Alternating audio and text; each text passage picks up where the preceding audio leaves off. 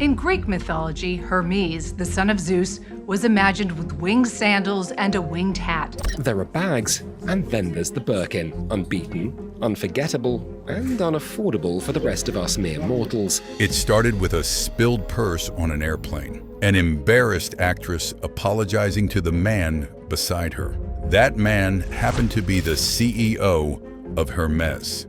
And from that chance encounter, sketched on an airplane sick bag, came an accessory that would outperform the stock market for 35 years straight. Between 1980 and 2015, the S&P 500 returned 8.7% annually. Gold managed negative 1.5%, but the Hermes Birkin, 14.2% annually, never falling in value, not once. But was it really an investment or something else? Today on the channel, we're uncovering the story behind the Hermes bag that outperformed the S&P 500. The numbers seemed impossible.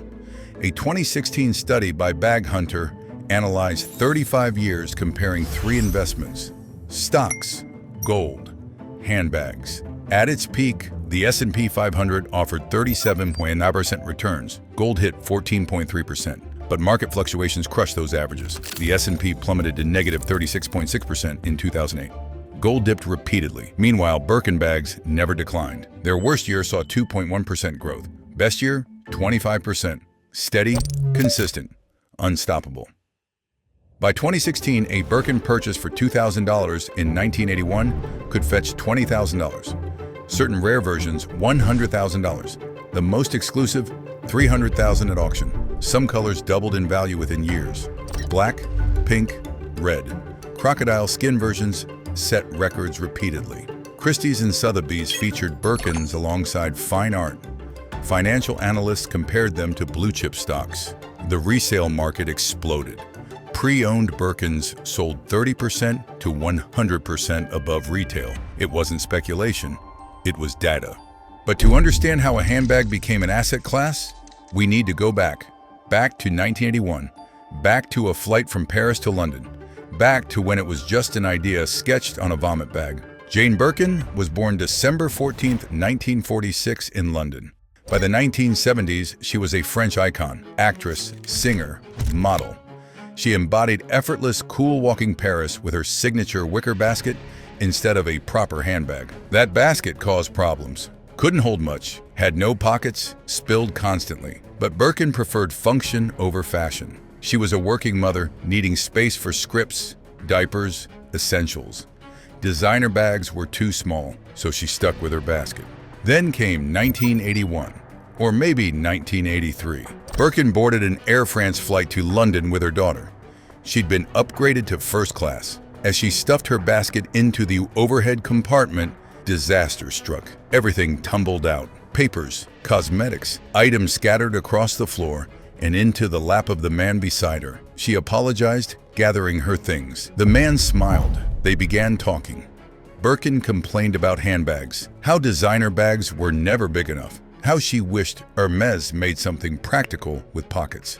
The man listened. Then he said something that changed fashion history. "But I am Hermes." Jean-Louis Dumas was Hermes executive chairman and creative director, 5th generation. He'd been quietly listening, recognizing an opportunity. He asked what her ideal bag would look like. When she described it, he said, "Draw it." The only paper available was an airplane sick bag, so that's what she used. Birkin sketched quickly, a large tote, deep, wide opening, pockets, sturdy handles, 4 times bigger than the Kelly bag. Practical, but elegant. Dumas studied it. He promised to create it, and to name it after her. A year later, in 1984, Hermes presented Birkin with a prototype. Black calfskin, gilded brass hardware, fixed shoulder strap, her initials inside. It was everything she'd asked for. She agreed to let Hermes name the bag after her for annual royalties of $40,000, which she always donated to charity. The Birkin bag was born, but nobody predicted what would happen next. Hermes built the bag differently.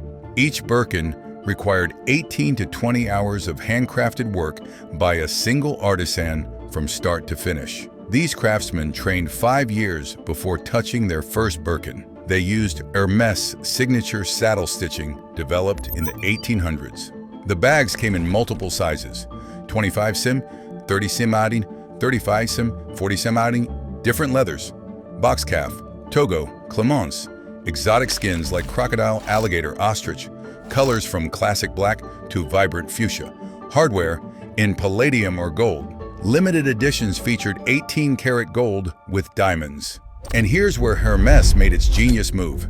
Hermes maintained 250 craftsmen making Birkins. Production numbers stayed secret. For a global market with millions of potential buyers, demand infinitely exceeded supply. You couldn't buy a Birkin online or walk into a boutique and purchase one. Unless you were a VIP with purchase history, sales associates claimed they had none. The system required spending heavily first. Scarves, wallets, belts. Build a relationship over months or years. Eventually, maybe, you'd be shown a Birkin. Take it or leave it. Celebrities bypassed this. Regular wealthy people struggled. A 2024 lawsuit alleged Hermes violated antitrust laws by requiring purchases before offering a Birkin. This scarcity drove the secondary market insane. Prices exceeded retail by 30% minimum. Rare configurations doubled or tripled. These weren't bags, they were financial instruments. Auction houses took notice. In 2011, a Rouge H Birkin sold for $203,150. In 2015, a fuchsia Birkin broke records at $222,000. In 2016, a braised crocodile Birkin set another record.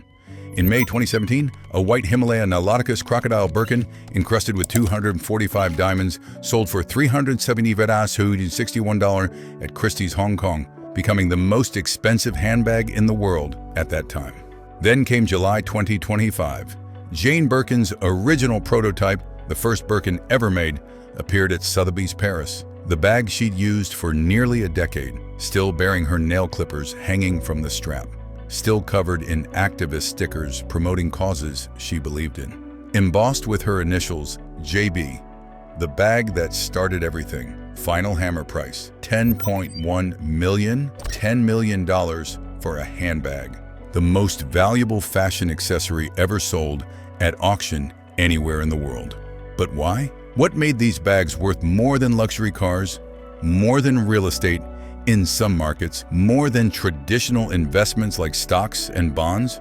The answer was layered and complex. First, craftsmanship. Hermes quality was undeniable. Materials were premium. Construction was impeccable. Bags lasted decades with proper care and maintenance. They aged beautifully. Second, heritage. Hermes dated to 1837. Nearly 200 years of luxury expertise and tradition. That history meant something substantial to discerning collectors. Third, scarcity.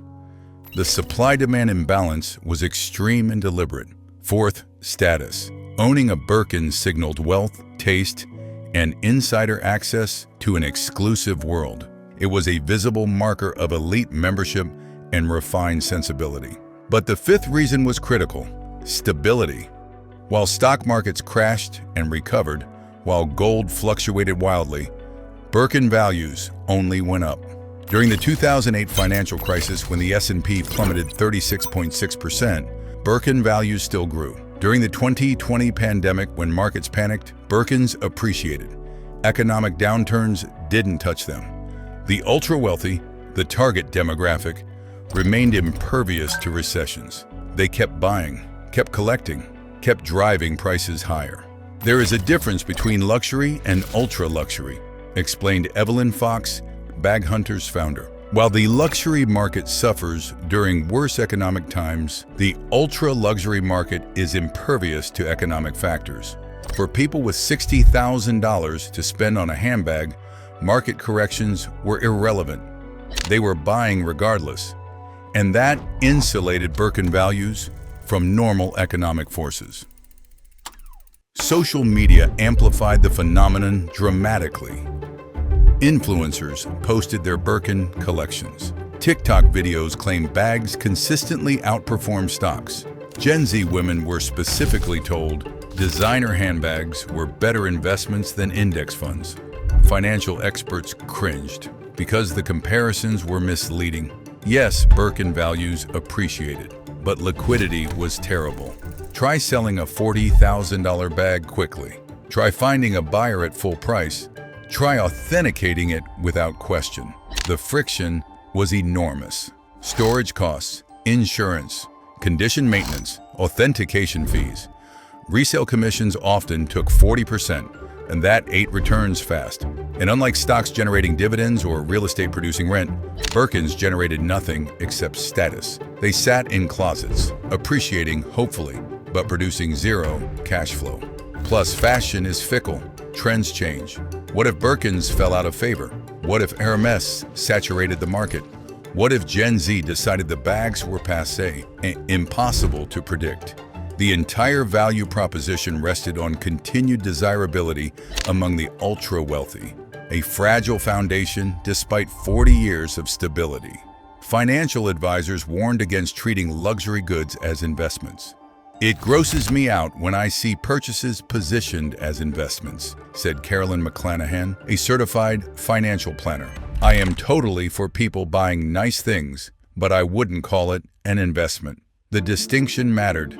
Investments generate returns through dividends, interest, or rent. Birkins generated returns only through speculation on future demand. Still, the data was undeniable. For 35 years, Birkins outperformed traditional assets. That wasn't luck. It was engineered scarcity meeting unlimited demand from people for whom price was irrelevant. Hermes created a closed ecosystem where supply stayed permanently below demand, where access required insider status, where owning the product conferred social capital beyond its utility. Jane Birkin herself owned few Birkins. She used them hard, decorated them with stickers, hung nail clippers from straps. To her, they were tools, not treasures. She auctioned several for charity over the years. When she died in July 2023, at age 76, she left behind a complicated legacy. Her name adorned the world's most expensive handbag, yet she'd received only modest royalties, all donated. She embodied practical elegance while her namesake became a symbol of extreme wealth. Today, Birkins remain difficult to obtain. Hermes announced plans for further price increases. Demand shows no signs of slowing. The ultra-luxury market continues expanding as global wealth inequality widens. More billionaires, more millionaires, more people chasing the same limited bags. The system perpetuates itself. So was the Birkin really a better investment than the S&P 500? In pure return terms, yes, historically. But investments require liquidity, diversification, and utility beyond appreciation. Birkins offered none of that. They were illiquid, concentrated, and generated no income. They were luxury goods with impressive price appreciation, not traditional investments. But perhaps that distinction didn't matter to buyers, because Birkins offered something stocks never could. You can't wear shares of Apple to dinner. You can't display your 401k at galas. Birkins provided both financial appreciation and social capital. That combination proved irresistible to those who could afford the entry price. The Hermes bag that outperformed the S&P 500 wasn't really about returns. It was about exclusivity, craftsmanship, and the eternal human desire to signal status through possessions. It just happened to appreciate nicely along the way.